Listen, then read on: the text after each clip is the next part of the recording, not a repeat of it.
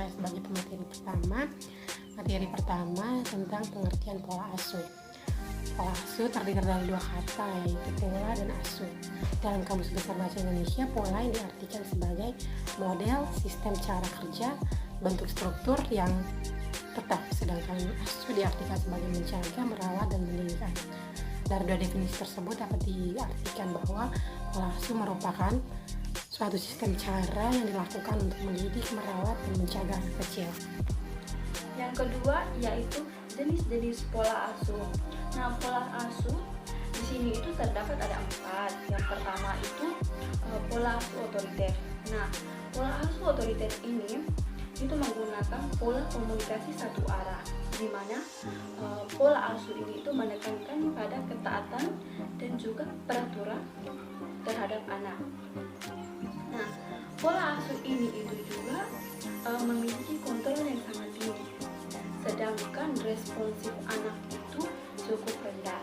Nah, jadi di sini itu kita dapat simpulkan bahwa pola asuh otoriter ini itu dia mengutamakan komunikasi satu arah melalui berbagai larangan dan juga perintah yang sangat ketat. Yang kedua yaitu pola asuh primitif. Nah, pola asuh primitif itu pada umumnya itu dia menggunakan komunikasi satu arah, di mana orang tua itu lebih memprioritaskan kenyamanan anak, sehingga mereka bersifat selayaknya teman kepada anak. Nah, pada pola asuh ini juga anak itu jarang mendapatkan aturan ketat dan juga ataupun hukuman. Nah, tetapi di sisi lain orang tua itu lemah terhadap setiap keinginan anak.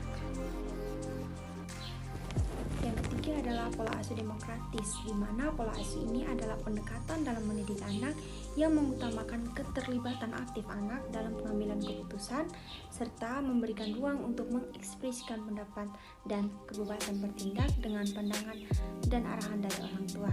Nah, ini memungkinkan anak untuk berkembang secara mandiri. Pola asuh ini juga membuat anak itu lebih terbuka dengan orang tua. Yang terakhir adalah pola asuh situasional, yang dimana pola asuh ini adalah pendekatan yang mempertimbangkan situasi dan kebutuhan spesifik anak dalam pengambilan keputusan dan memberikan arahan.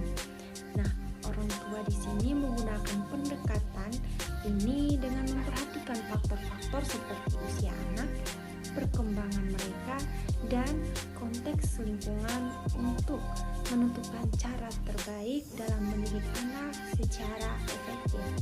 Nah, pendekatan ini lebih fleksibel daripada pola asuh yang kaku dan memungkinkan orang tua untuk menyesuaikan pendekatan mereka sesuai dengan situasi yang ada.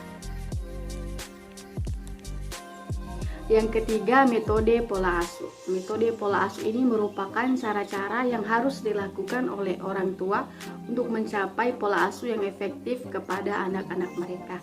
Ada 4 metode atau cara. Yang pertama, pola asuh harus sesuai dengan kebutuhan dan kemampuan anak mereka. Kebutuhan dan kemampuan setiap anak berbeda-beda, jadi orang tua harus memberikan pola asuh yang tepat dan sesuai dengan umur mereka. Yang kedua, orang tua harus kompak dalam menerapkan pola asuh kepada anak mereka.